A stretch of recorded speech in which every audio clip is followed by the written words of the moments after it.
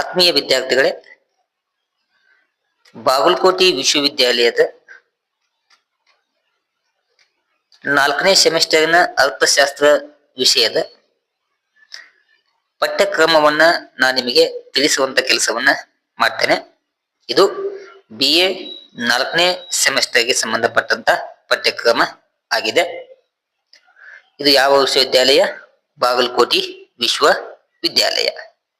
ಬನ್ನಿ ಆ ಪಠ್ಯಕ್ರಮವನ್ನ ನೋಡೋಣ. ಇಲ್ಲಿ ನೋಡಿ ವಿದ್ಯಾರ್ಥಿಗಳೇ, ಈ 4th ಸೆಮಿಸ್ಟರ್ನಲ್ಲಿ 4ನೇ ಸೆಮ್ ಏನಿದೆಯಲ್ಲ, ಆ 4ನೇ ಸೆಮ್ ಒಳಗ ನಿಮಗೆ ಬರುವಂತ ಪುಸ್ತಕದ ಟೈಟಲು ಇಂಟರ್ನ್ಯಾಷನಲ್ ಎಕನಾಮಿಕ್ಸ್ ಅಂತೇಳಿ, ಅದ ಕನ್ನಡದೊಳಗ ಅಂತಾರಾಷ್ಟ್ರೀಯ ಅರ್ಥಶಾಸ್ತ್ರ ಅಂತೇಳಿ ನಾವು ಕರಿತೇವೆ. ಈ ಅಂತಾರಾಷ್ಟ್ರೀಯ ಅರ್ಥಶಾಸ್ತ್ರ ಒಳಗ ಅಲ್ಲಿ ಯೂನಿಟ್ 1 ಅಂತ ಬರ್ತದ. ಆ ಯೂನಿಟ್ 1 ಒಳಗೆ ನೀವು ಏನ್ ಮಾಡ್ಬೇಕು? ಇಂಟ್ರೊಡಕ್ಷನ್ ಬಗ್ಗೆ ಅಧ್ಯಯನವನ್ನ ಮಾಡ್ಕೋಬೇಕು. ಅದಕ್ಕೆ ನಾವು ಕನ್ನಡದೊಳಗ ಪೀಠಿಕೆ ಅಂತೇಳಿ ಕರಿತೇವೆ. ಇದು ಪೀಠಿಕೆಯಲ್ಲಿ ನೀವೇನ್ ಮಾಡ್ಬೇಕು? International trade meaning and importance. International trade ಅಂತಂದ್ರ ಅಂತಾರಾಷ್ಟ್ರೀಯ ವ್ಯಾಪಾರದ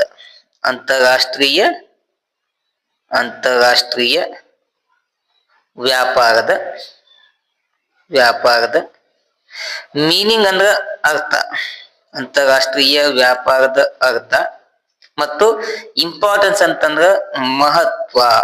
ಅದ್ರ ಬಗ್ಗೆ ನಾವು ಫಸ್ಟ್ ಚಾಪ್ಟರ್ ಒಳಗ ಅಧ್ಯಯನವನ್ನ ಮಾಡಬೇಕು. ಏನು? ಅಂತಾರಾಷ್ಟ್ರೀಯ ವ್ಯಾಪಾರದ ಅರ್ಥ ಮತ್ತು ಮಹತ್ವವನ್ನ ಅಧ್ಯಯನವನ್ನ ಮಾಡ್ಕೋಬೇಕು. ಅದಾದ್ಮೇಲೆ distance between internal and international trade ಅಂತೇಳಿ. ಇಲ್ಲಿ ಇಂಟರ್ನಲ್ ಅಂತಂದ್ರ ಆಂತರಿಕ ಮತ್ತು ಇಂಟರ್ನ್ಯಾಷನಲ್ ಅಂತಂದ್ರ ಅಂತಾರಾಷ್ಟ್ರೀಯ ವ್ಯಾಪಾರದ ನಡುವಿನ ವ್ಯತ್ಯಾಸವನ್ನ ನಾವು ಏನ್ ಮಾಡ್ಬೇಕು? ಫಸ್ಟ್ ಪ್ಯಾಟರ್ ಒಳಗ ಅಧ್ಯಯನವನ್ನ ಮಾಡಬೇಕು. ಏನು? ಆಂತರಿಕ ಮತ್ತು ಅಂತಾರಾಷ್ಟ್ರೀಯ ವ್ಯಾಪಾರದ ನಡುವಿನ ವ್ಯತ್ಯಾಸವನ್ನ ನಾವು ಅಧ್ಯಯನವನ್ನ ಮಾಡಬೇಕು. ಆ ವ್ಯತ್ಯಾಸ ಆದ್ಮೇಲೆ ವಿದ್ಯಾರ್ಥಿಗಳೇ, theories of absolute cost advantage ಅಂದ್ರ ನಿರಪೇಕ್ಷ ವೆಚ್ಚದ ಅಂತಾರಾಷ್ಟ್ರೀಯ ವ್ಯಾಪಾರದ ಸಿದ್ಧಾಂತ. ನಿರಪೇಕ್ಷ ವೆಚ್ಚದ ಅನುಕೂಲತೆಯ ಸಿದ್ಧಾಂತವನ್ನ ಏನ್ ಮಾಡ್ಬೇಕು? The theories of absolute cost advantage ಅಂತಂದ್ರ ನಿರಪೇಕ್ಷ ವೆಚ್ಚದ ಅನುಕೂಲತೆಯ ಅಂತಾರಾಷ್ಟ್ರೀಯ ವ್ಯಾಪಾರದ ಸಿದ್ಧಾಂತವನ್ನು ನಾವು ಅಧ್ಯಯನವನ್ನ ಮಾಡಬೇಕು. ಅದಾದ್ಮೇಲೆ ಕಂಪೇರೇಟಿವ್ ಕಾಸ್ಟ್ ಅಡ್ವಾಂಟೇಜ್ ಅಂತೇಳಿ ಅಂದ್ರ ಸಾಪೇಕ್ಷ ವೆಚ್ಚದ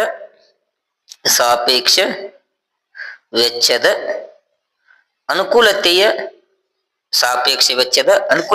ಅಂತಾರಾಷ್ಟ್ರೀಯ ವ್ಯಾಪಾರದ ಸಿದ್ಧಾಂತ ಅಂದಾಗ ಅದನ್ನು ಕೂಡ ನಾವು ಅಧ್ಯಯನವನ್ನ ಮಾಡಬೇಕು.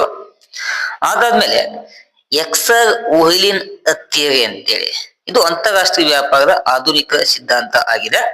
ಈ ಆಧುನಿಕ ಸಿದ್ಧಾಂತದ ಬಗ್ಗೆ ಕೂಡ ನಾವು ಏನ್ ಮಾಡ್ಬೇಕು? ಫಸ್ಟ್ ಚಾಪ್ಟರ್ ಒಳಗ ಅಧ್ಯಯನವನ್ನ ಮಾಡ್ಬೇಕಾಗ್ತದೆ. ಓಕೆನಾ? ಇಷ್ಟು ವಿದ್ಯಾರ್ಥಿಗಳೇ ಘಟಕ 1ರಲ್ಲಿ ಬರುವಂತ ಪಠ್ಯಕ್ರಮ ಆಗಿದೆ. ಇನ್ನು ಪಠ್ಯಕ್ರಮ 2ರಲ್ಲಿ ಬರುವಂತ 2ನೇ ಯೂನಿಟ್ 2, ಅಲ್ಲಿ ನಾವೇನ್ ಅಧ್ಯಯನ ಮಾಡ್ತೀವಿ? Balance of trade and balance of payment ಅಂತೇಳಿ. ಬ್ಯಾಲೆನ್ಸ್ ಆಫ್ ಟ್ರೇಡ್ ಅಂತಂದ್ರ ಮತ್ತು ಬ್ಯಾಲೆನ್ಸ್ ಆಫ್ ಪೇಮೆಂಟ್. ಇಲ್ಲಿ ನಾವೇನ್ ಮಾಡ್ಬೇಕು? ಸಂದಾಯ ಬಾಕಿ, ಇದ್ರ ಬಗ್ಗೆ ಅಧ್ಯಯನ ಮಾಡ್ಬೇಕು ನಾವು. ಸಂದಾಯ ಬಾಕಿ ಅಂದ್ರೂ ಒಂದ, ಪಾವತಿ ಸಿಲ್ಕು ಅಂದ್ರೂ ಕೂಡ ಒಂದು. ಅದಕ್ಕೆ ನಾವು ಇಂಗ್ಲಿಷ್ ಒಳಗ ಬ್ಯಾಲೆನ್ಸ್ ಆಫ್ ಪೇಮೆಂಟ್ ಅಂತ ಕರಿತೀವಿ. ಪಾವತಿ ಸಿಲ್ಕ್ ಅಂದ್ರೂ ಒಂದ ಮತ್ತು ಸಂದಾಯ ಬಾಕಿ ಅಂದ್ರೂ ಕೂಡ ಒಂದ. ಅದಾದ್ಮೇಲೆ ಇನ್ನೊಂದು ನಾವೇನ್ ಅಧ್ಯಯನ ಮಾಡ್ಬೇಕು? ವ್ಯಾಪಾರದ ಬಾಕಿ ಅವೆರಡರ ಒಂದು ಮೀನಿಂಗ್ ಅನ್ನ ನಾವೇನ್ ಮಾಡ್ತೀವಿ? ಘಟಕ 2ರಲ್ಲಿ ನಾವು ಅಧ್ಯಯನವನ್ನ ಮಾಡ್ತೀವಿ. ಬ್ಯಾಲೆನ್ಸ್ ಆಫ್ ಟ್ರೇಡ್ ಅಂತಂದ್ರ ವ್ಯಾಪಾರದ ಬಾಕಿ, ಬ್ಯಾಲೆನ್ಸ್ ಆಫ್ ಪೇಮೆಂಟ್ ಅಂದ್ರ ಸಂದಾಯದ ಬಾಕಿ ಅಥವಾ ಪಾವತಿ ಸಿಲ್ಕು ಎಂದರ್ಥ. ಇದ್ರ ಬಗ್ಗೆ ನಾವು ಅಧ್ಯಯನವನ್ನ ಮಾಡ್ಬೇಕಾಗ್ತದೆ.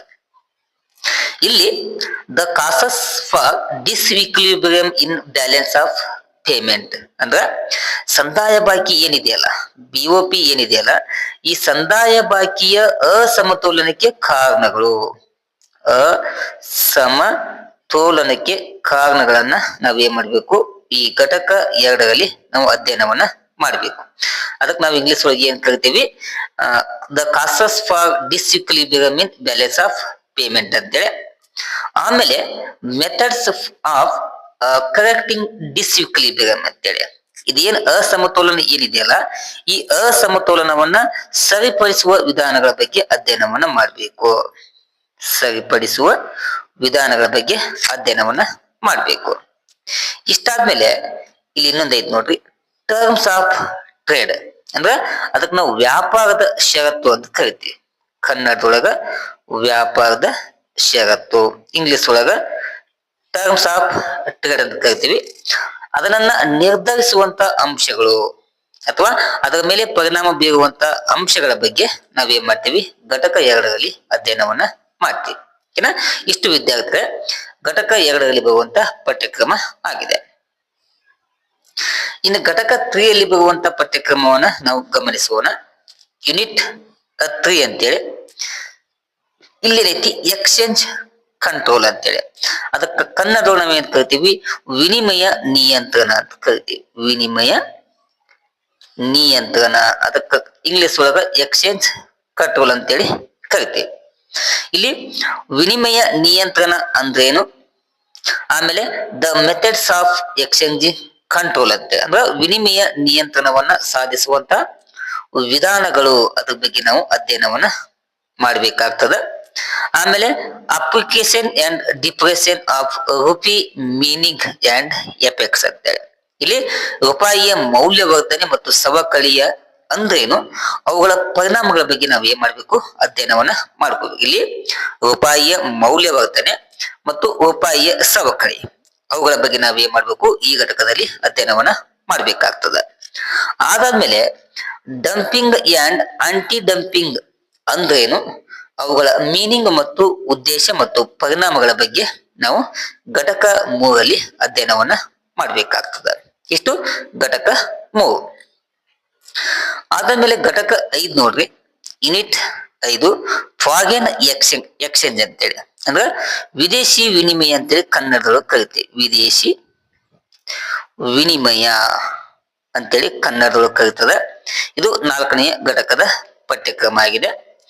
ಇಲ್ಲಿ ನಾವೇನು ಏನು ಓದ್ತೀವಿ, meaning of equilibrium rate of exchange ಅಂತೇಳಿ ಅಂದ್ರೆ ಸಮತೋಲನ ವಿನಿಮಯ ದರದ ಅರ್ಥ. ಆಮೇಲೆ ಫಿಕ್ಸ್ಡ್ ಅಂತಂದ್ರ ಸ್ಥಿರ, ಅಂಡ್ ಫ್ಲೆಕ್ಸಿಬಲ್ ಎಕ್ಸ್ಚೇಂಜ್ ರೇಟ್ ಅಂದ್ರ ಇದು ಸ್ಥಿರ ಅಂದಂಗ, ಮತ್ತು ಫ್ಲೆಕ್ಸಿಬಲ್ ಅಂತಂದ್ರೆ ಹೊಂದಾಣಿಕೆ ವಿನಿಮಯ ದರದ ಬಗ್ಗೆ ನಾವು ಅಧ್ಯಯನವನ್ನ ಮಾಡಬೇಕು. ಆಮೇಲೆ purchasing power of party theory ಅಂತೇಳಿ, ಅದಕ್ಕೆ ಕನ್ನಡದೊಳಗೆ ನಾವು ಏನ್ ಕರಿತೀವಿ, ಕೊಂಡುಕೊಳ್ಳುವ ಸರಿಸಮಾನತೆ ಸಿದ್ಧಾಂತ ಅಂತ ಕರಿತೀವಿ. ಅದರೂ ಕೂಡ ನಾವು ಅಧ್ಯಯನವನ್ನ ಮಾಡಬೇಕು. ಆಮೇಲೆ ಫಾರಿನ್ ಎಕ್ಸ್ಚೇಂಜ್ ಮಾರ್ಕೆಟ್ ಅಂದ್ರೆ ವಿದೇಶಿ ವಿನಿಮಯ ಮಾರುಕಟ್ಟೆ, ಅದರ ರಚನೆ ಬಗ್ಗೆ ಅಧ್ಯಯನ ಮಾಡ್ಕೋಬೇಕು. ಅದರ ಕಾರ್ಯಗಳ ಬಗ್ಗೆ ಅಧ್ಯಯನ ಮಾಡ್ಕೋಬೇಕು. ಮತ್ತು ಪೇಮೆಂಟ್ ಅನ್ನ ಅಥವಾ ಪಾವತಿ ವಿಧಾನ ಮಾಡುವಂತ ವಿಧಾನಗಳ ಬಗ್ಗೆ ನಾವ್ ಏನ್ ಮಾಡ್ಬೇಕು, ಚರ್ಚೆಯನ್ನ ಮಾಡ್ಬೇಕಾಗ್ತದೆ.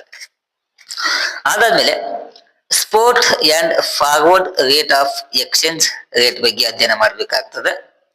ಹೆಡ್ಡಿಂಗ್ ಸ್ಪೆಕ್ಯುಲೇಷನ್ ಅಂಡ್ ಹೆರಿಬೇಟೇಜ್ ಬಗ್ಗೆ ಕೂಡ ಅಧ್ಯಯನವನ್ನ ಮಾಡ್ಬೇಕಾಗ್ತದೆ. ಅದಾದ್ಮೇಲೆ WTO ನಾವು ವರ್ಲ್ಡ್ ಟ್ರೇಡ್ ಆರ್ಗನೈಸೇಷನ್ ಅಂತ ಏನ್ ಕರಿತೀವಲ್ಲ, ವಿಶ್ವ ವ್ಯಾಪಾರದ ಸಂಸ್ಥೆ ಅಂತ ಕರಿತೀವಿ. ಅದರ ರಚನೆ ಬಗ್ಗೆ ಅಧ್ಯಯನ ಮಾಡ್ಕೋಬೇಕು. ಅದರ ಉದ್ದೇಶಗಳ ಬಗ್ಗೆ ಮತ್ತು ಅದರ ಕಾರ್ಯಗಳ ಬಗ್ಗೆ ಈ ಒಂದು ಘಟಕದಲ್ಲಿ ಅಧ್ಯಯನವನ್ನ ಮಾಡಲಾಗ್ತದೆ. ಅಷ್ಟೇ ಅಲ್ಲದೆ ವಿದೇಶಿ ಬಂಡವಾಳ, ಅದಕ್ಕೆ ನಾವು ಫಾರಿನ್ ಕ್ಯಾಪಿಟಲ್ ಅಂತ ಕರಿತೀವಿ. ವಿದೇಶಿ ಬಂಡವಾಳ ಅಂದ್ರೇನು, ಅದರ ಮೂಲಗಳು ಯಾವುವು, ಮತ್ತು ಫಾರಿನ್ ಡೈರೆಕ್ಟ್ ಇನ್ವೆಸ್ಟ್ಮೆಂಟ್, ಅದಕ್ಕೆ ನಾವು FDI ಅಂತ ಕರಿತೀವಿ. FDI ಅಂದ್ರೇನು, ಆ FDI ಆಗುವಂತ ಅದರ ಗುಣಗಳು ಮತ್ತು ಅವಗುಣಗಳ ಬಗ್ಗೆ ಈ ಘಟಕ 4ರಲ್ಲಿ ನಾವ್ ಏನ್ ಮಾಡ್ತೀವಿ, ಅಧ್ಯಯನವನ್ನ ಮಾಡ್ತೀವಿ. ಓಕೆನಾ? ಇಷ್ಟು ವಿದ್ಯಾರ್ಥಿಗಳೇ ಬಾಗಲಕೋಟೆ ವಿಶ್ವವಿದ್ಯಾಲಯಕ್ಕೆ ಸಂಬಂಧಪಟ್ಟಂತೆ 4ನೇ ಸೆಮಿಸ್ಟರ್ ಅಲ್ಲಿ ಬರುವಂತ ಅರ್ಥಶಾಸ್ತ್ರ ವಿಷಯದ ಪಠ್ಯಕ್ರಮ ಆಗಿದೆ. ಓಕೆನಾ? ಇಲ್ಲಿ ತನಕ ತರಗತಿ ವೀಕ್ಷಣೆ ಮಾಡಿದ ಎಲ್ಲ ವಿದ್ಯಾರ್ಥಿಗಳಿಗೆ ಧನ್ಯವಾದಗಳನ್ನ ತಿಳಿಸ್ತಾ ಈ ತರಗತಿಯನ್ನ ಇಲ್ಲಿಗೆ ಮುಗಿಸ್ತೇನೆ. Thank you. ನಮಸ್ಕಾರ.